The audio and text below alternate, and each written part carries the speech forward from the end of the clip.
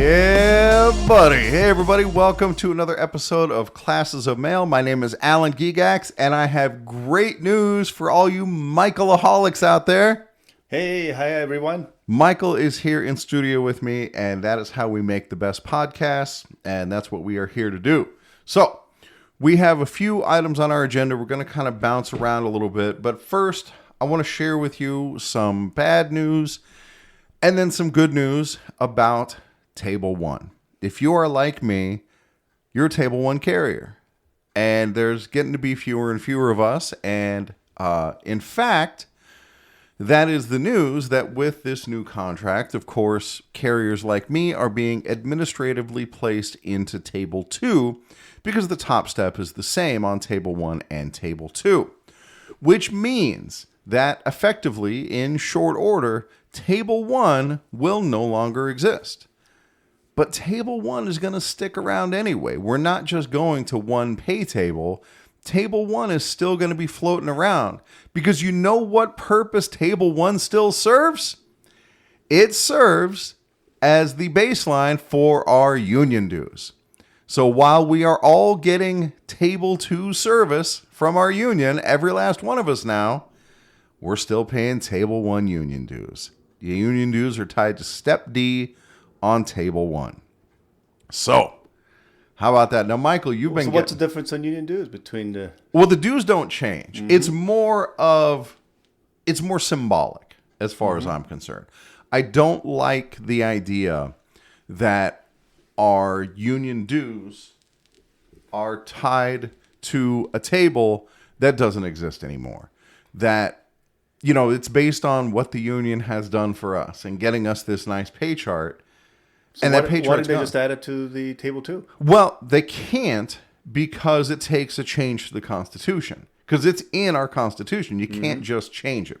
So I have a prediction that in Los Angeles, that Table 1 is going to continue to exist, at least on paper, until we get to Los Angeles. And then in Los Angeles, one of the brown shirts that works, you know, that is loyal to the president, is going to get up to the mic and make a motion that or there'll be resolutions or something like that, that we change the Constitution so that it's tied to now Step K in Table 2, or that it's just more hours at Step D or something like that. And I'll double down on that bet. I'm going to bet you this too, that whatever that dollar figure is that we go in and that we come out with, going to be just a little bit higher. Just enough that people don't really sweat it, but just enough to make the union a little bit richer. Yeah. And that's what it's starting to feel. Well, not starting to feel like. I know I've had, you know, Simo Lean on here and John Murphy and others, Tyler Vassar, who talk about business unionism. And that's what we have, rather than solidarity unionism or rank and file unionism, that the union is a business. Michael, go ahead. Do you have thoughts? Go ahead. Say your thoughts. Yeah, it's our union is looking for just to get paid. That's what it feels like. Yeah, that's exactly right. And that's what business unionism exactly is. And that's where I think where we're going wrong. And just to get paid as in like, you know, like Renfro only wants his paycheck and he cares what other people, you know. I mean, it's total crap. It is. And so the idea of business unionism that is good is that a union needs resources in order to do things. Well, you know, the union exists because, you know, the reason that we are union because, you know, we first of all, you know, union exists to get our wage increase, right? Yep. And then the second major thing is the safety of our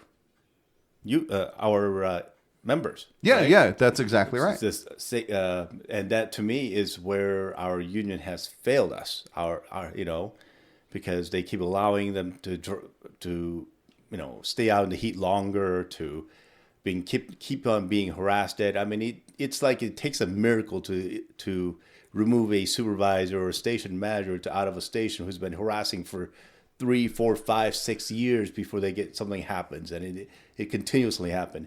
You know, when in the regular corporate world, if any manager get caught with harassment, they're fired immediately. But in the postal service, oh no, they just move them around. Yeah, And so this brings us to the perverse incentive of business unionism. So a perverse incentive is something that is designed to be like beneficial, something that's supposed to help, but it winds up creating this perverse behavior where it winds up encouraging bad behavior. And we totally have that in our union, like the idea of not holding management fully accountable and just making management actually stop. Because for the union to appear effective and to appear to be a good value for your money, they have to file grievances.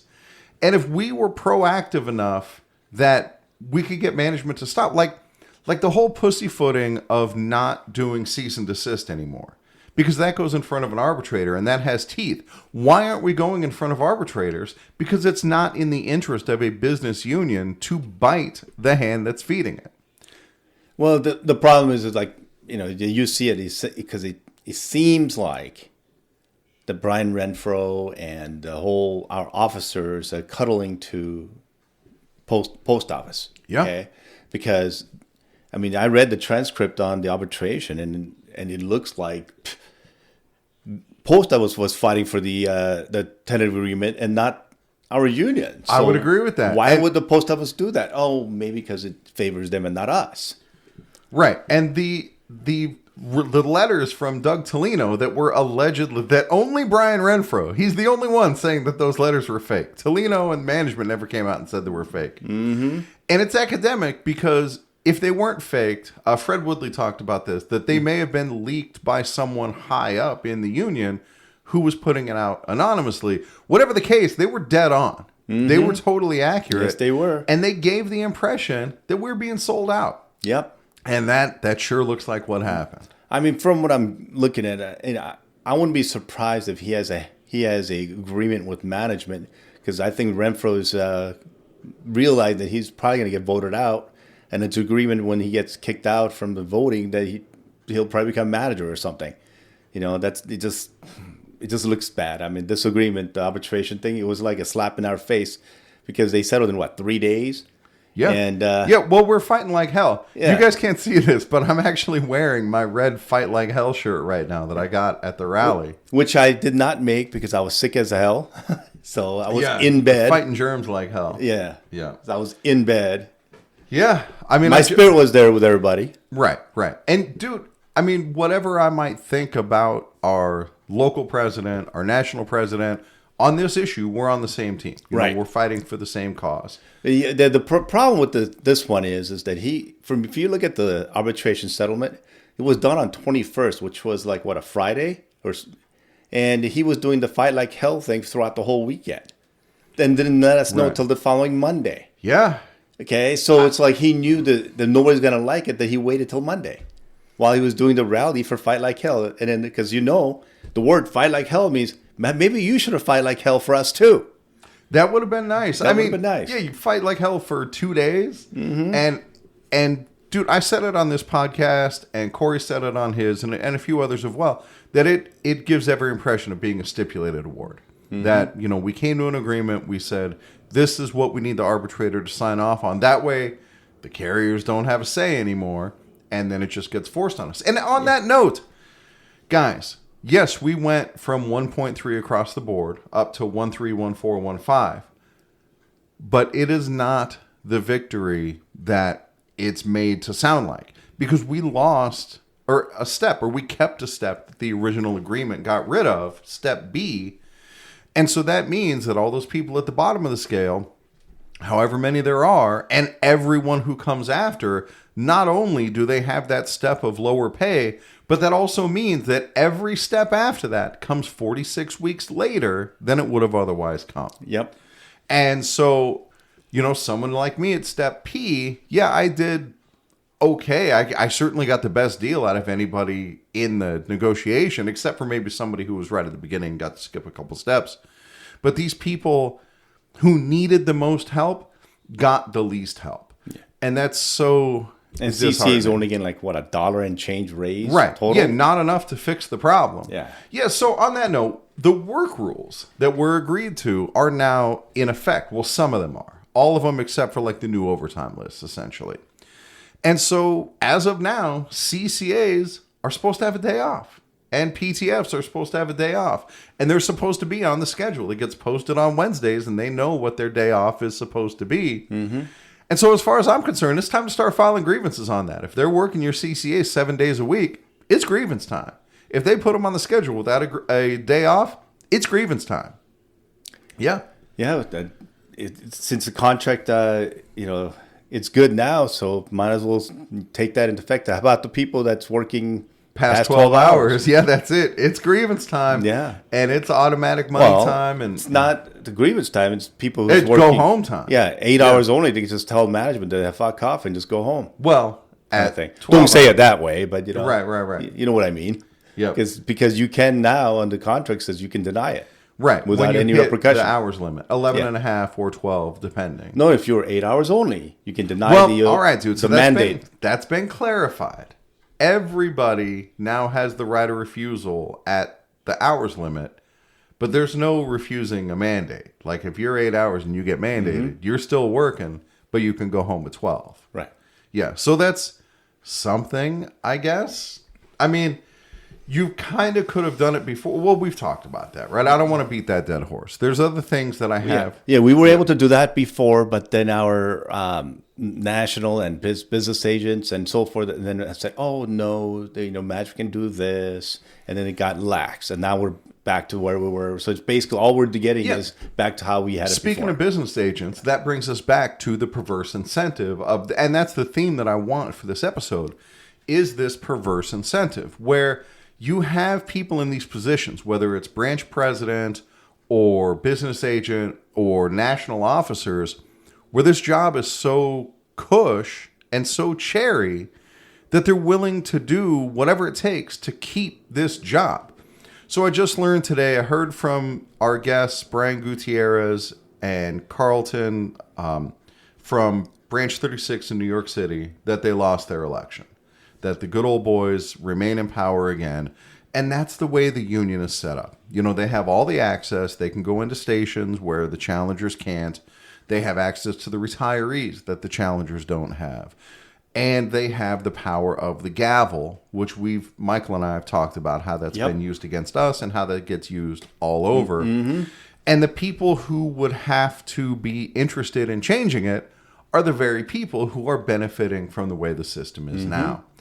And it goes all the way up the chain to people like Brian Renfro, who got into their position via that system. And so they have no incentive to change it. And that's where reformers like Michael and me run into this difficulty, because we are trying to change it. And I know my own integrity and my own personal history.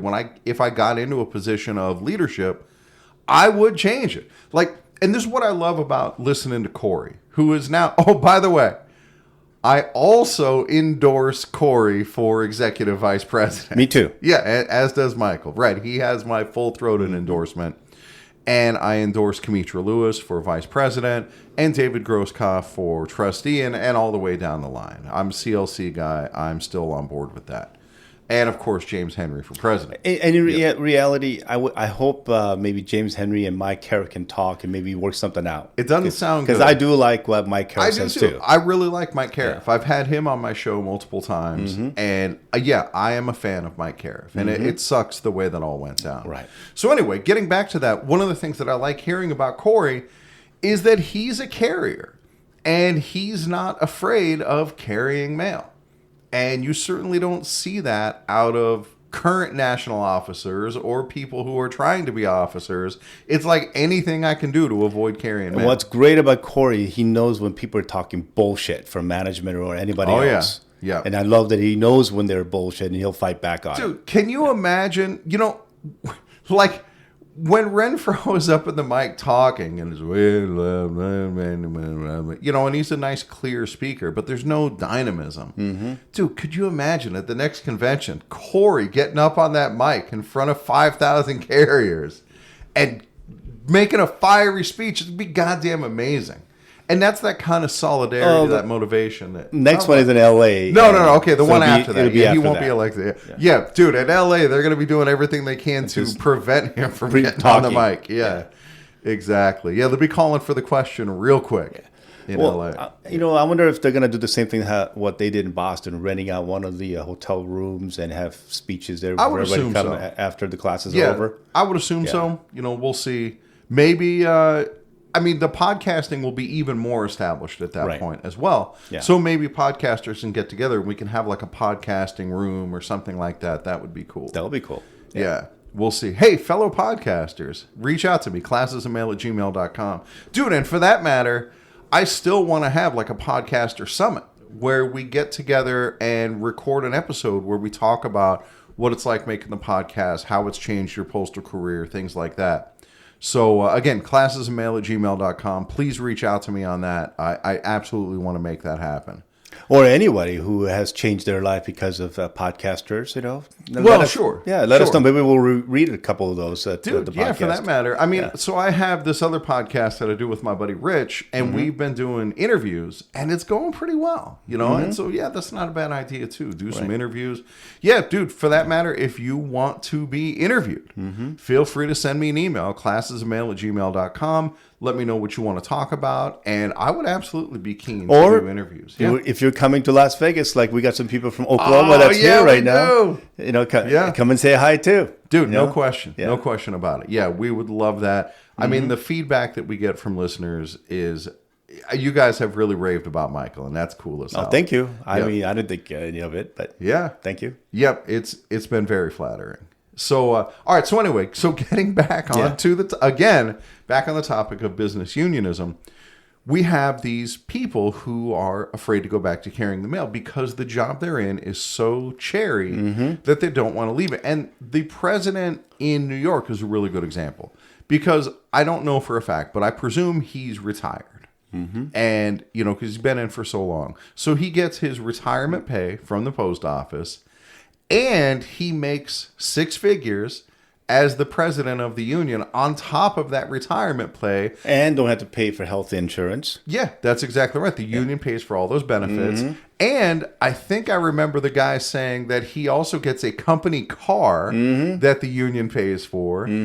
And he gets... he's a national trustee, so he probably gets a salary for that too. Right. And he gets to travel. He goes to the conventions. And, dude, like what John Murphy was saying when he became a delegate to a convention, and it was the president and vice president and him.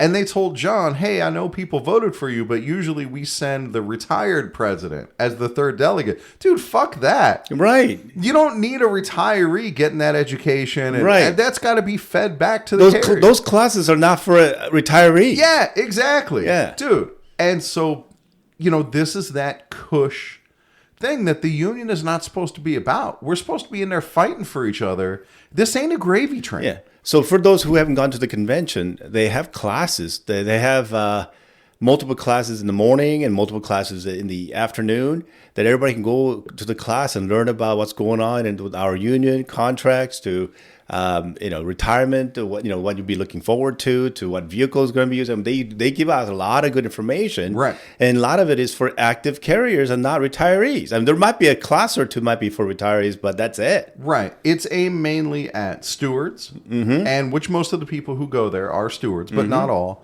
It's aimed for branch officers to learn more about the proper running of our branch. And it still galls me that we had our good old boys in these branch officer trainings where they're talking about make sure you embrace people who want to help the branch and make sure that everything is open. And dude, how are they at the same fucking meeting?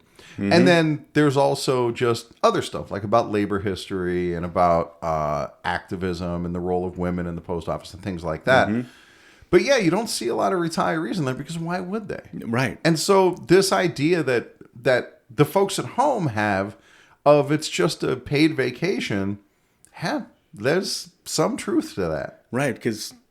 Yeah, I mean, they'll vote for the issues. Because the convention is really for active carriers so they can learn stuff and stewards to learn stuff. It's a huge benefit. Yeah. Aside from the work of voting, that you have to be present and raise your hand. Which the last convention, Alan paid himself to go to the thing. Yeah, I paid my own way and then couldn't vote. Yeah. Because they didn't go and do it in time. Technically you could. It's just that you let them know too late. Yeah, right. Yeah. It was too late, right? So I had to go as a guest. Yeah. Because I wasn't planning on going at all. Right. So, but dude, I was able to learn all that stuff. And like, to me, yeah, that's the real reason you should be going, is to get all that knowledge and make yourself more of an asset to your branch. Funny that because you went, that's how you learn about how the elections work. Yeah, isn't that something? Yeah, it is. And I mean, the rules that I learned there, you know, I come back and I see at the branch, like, hey, we're supposed to be doing this stuff. Weren't you in that same class as me? And no. And dude, you know something else that's occurred to me? I don't think I've mentioned it on the podcast yet. Is our trustees, like some of the charges that we brought up against our president, that he acknowledged his guilt on, were financial issues. And where were the trustees during this? You know, the president's girlfriend and the treasurer's wife. Where were they?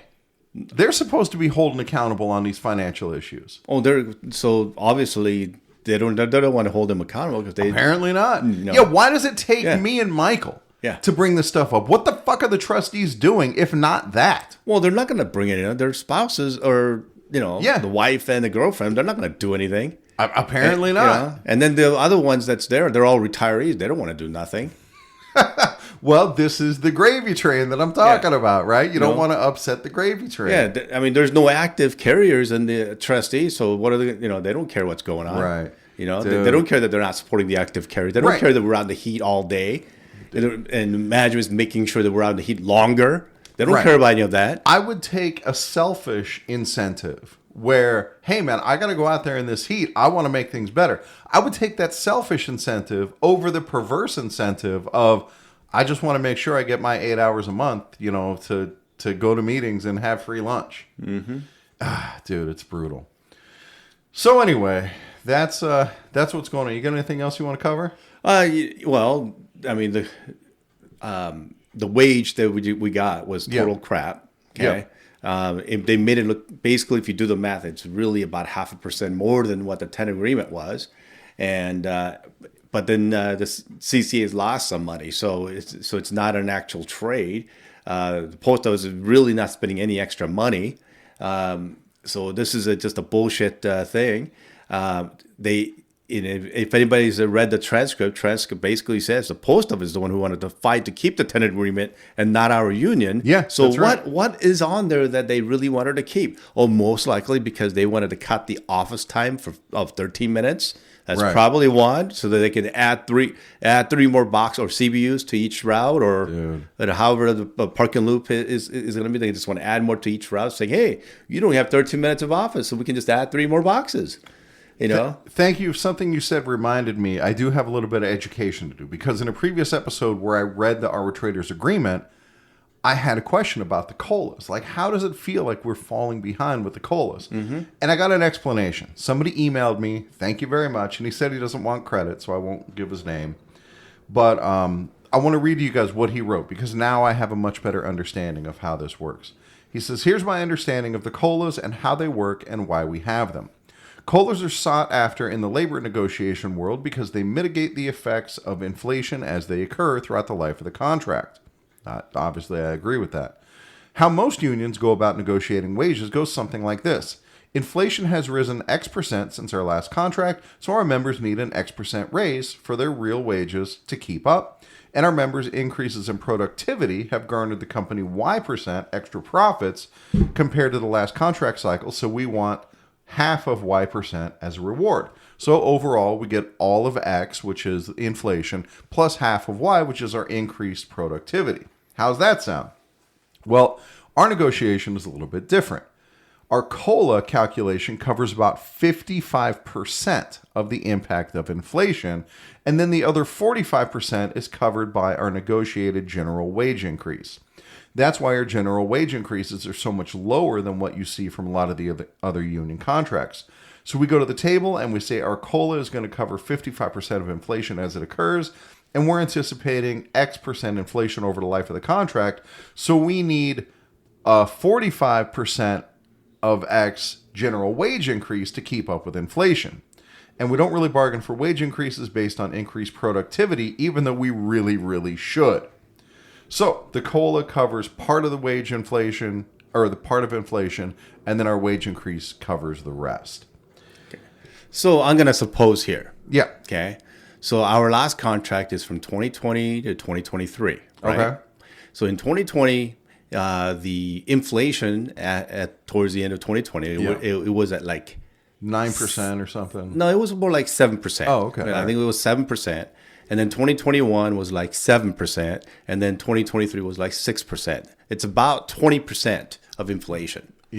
Yeah. So when they talk about how it's 50% of that, let's say that's 10%. Right. I don't Okay. think our wages have even gone up that much No, through our COLA. it's less than that. So if you actually do the math, we're getting Yeah. less than that. So because if you add even 10% of what 75,000. Right. So if you actually think about it, actually we are getting that because Yeah. 10% of 75,000 is what 7,500, yeah. which is about 83,000. Oh wait, we're right up there at 83. You know, so we get Right. half of the inflation that we got from 2020 Right. to So we're 2023, steadily right? losing money. Yeah. But then 2024 happened too, which is also Yeah. Inflation wasn't 6 as high, but it was it still was high. 5%. Yeah. I believe that was 5%. Right. We didn't get that. No, we're losing. This is not buying 2025, power. right? Right. And we're supposed to get the cost of cola, and we're supposed to get 2 more in July and in January, right? Right. Okay. Because now we're going into recession. Are we going to still get it? We don't know. Well, I mean, we're still dealing with inflation. Right. So, yeah, I mean, the right, moral of the story is that we're losing. we've lost. So we lost 50%. And then we didn't get the credit for 2024. Right. And we didn't get credit for the 2025.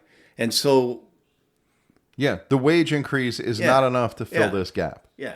So we've lost a lot. Yeah. So this whole number they're talking about, we actually lost a lot. And then more on than top of that, Yeah. non-wage compensation has gotten significantly more expensive, like our share of the health benefits.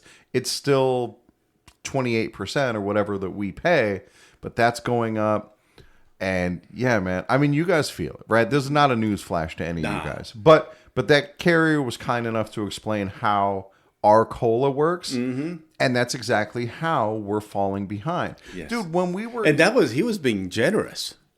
Well, I mean, that's supposed to be the formulation. Yeah. Is, I mean, that math is laid out. And I almost went back and reread like Article 13 or whatever it is that covers that, or Article 9. But the negotiation is worse than what's in that. Right. It's even So, worse. Yep, yeah. exactly. Dude, and I remember when we were first going into contract negotiations, and one of the old timers is actually the same one who turned on me at the meeting, had said to me, hey, man, you have to remember that we get these COLAs. And so all of our wage increases, that's all just gravy. And no, that's not true. The wage increase is supposed to be part of that meat that is keeping us alive. Yeah. And it's not happening. That 7,500, that extra that I was talking about, that was with the COLA. Right. So that's why it's not Yeah, there. dude. Yeah. So we need to do better. Yeah. Right. And again, who's struggling? The CCA is struggling. The people on Table 2, especially early in Table 2, those are the ones who are struggling. And those are the ones with the least political power within our union. The people who have the most political power are the people who've been in for 20 years and they're at the top step and they're doing just fine. People like me. And even more so, the people who are retired and are still union officers because they're making a killing.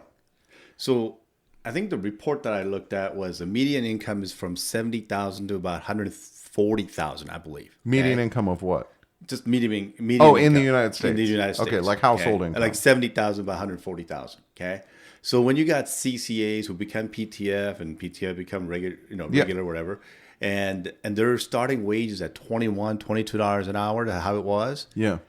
that's $40,000 a year. Right. Yeah, you can't Okay. make ends meet on that. You're- Almost nowhere yeah. can you live on When that. median income is almost double that, you're not going to be doing well. Yeah. It's almost like minimum wage. Right. Yeah. And that's why it's impossible to attract good people. Yeah. Dude. And- All right, so we need change. Look, and this means if we're going to take this union back to being a rank and file union, it means you have to get involved. It means going Don't drop out of the union. Oh, dude. Yeah. Yeah. And what's funny is the business union leaders will say the same thing. Hey, make sure you stay in the union because they want to make sure they keep getting those dues. But the fact is, you cannot change this union from the outside. Yeah. That tool is taken away from you. Yeah, because if you drop out of the union and you don't like what's going on, then you don't vote, then you don't Right. make any changes. Yeah, you don't even go to the meetings at that point. Yeah, at that Right. point you become useless because you can't change anything. So for Michael and I, in our struggles recently to enact our continuing struggle to enact change at our branch, we've noticed a trend in the voting at the meetings that we have the support of carriers. That if you just look at the people who are actually putting mail in the box, we win, I think, every single vote. That's who is supporting us because they can see that that's who we're fighting for, is the people out there actually struggling, putting the mail in the box. At the other end, you got the retirees who are sitting up on the executive board, and they vote as a block, and they are voting against the active carriers. Against active carriers. Mm-hmm. Yeah. If you look at the will of active carriers, we are trying to enact that will. We are trying to make sure that the voice of active carriers is heard. And now we've got the local memorandum of understanding negotiating period coming up. Here we go. Yeah. So when I was, I had a talk with one of the retirees, and this retiree told me, he said, Michael, he said, you're being very aggressive fighting this, and I don't understand why you're so aggressive. You need to be nicer. And I'm going, yeah. I'll be nice. Only if they're being nice, kind of thing, right? Dude, and the whole strategy that's suggested to us from the good old boys and the people on that board is shut the fuck up. Look at what they charged us with. Yeah. With talking about what the problems are in the branch. Yeah. Dude, I'm sure that they would say first, well, you should have gone to that person. Yeah, we did go to that person. But the whole idea to say, we can't talk to each other about what's going on, give me a fucking break. That's what a union is. Their charge, part of it is saying that we talk to a group of people and put 49 names on the thing.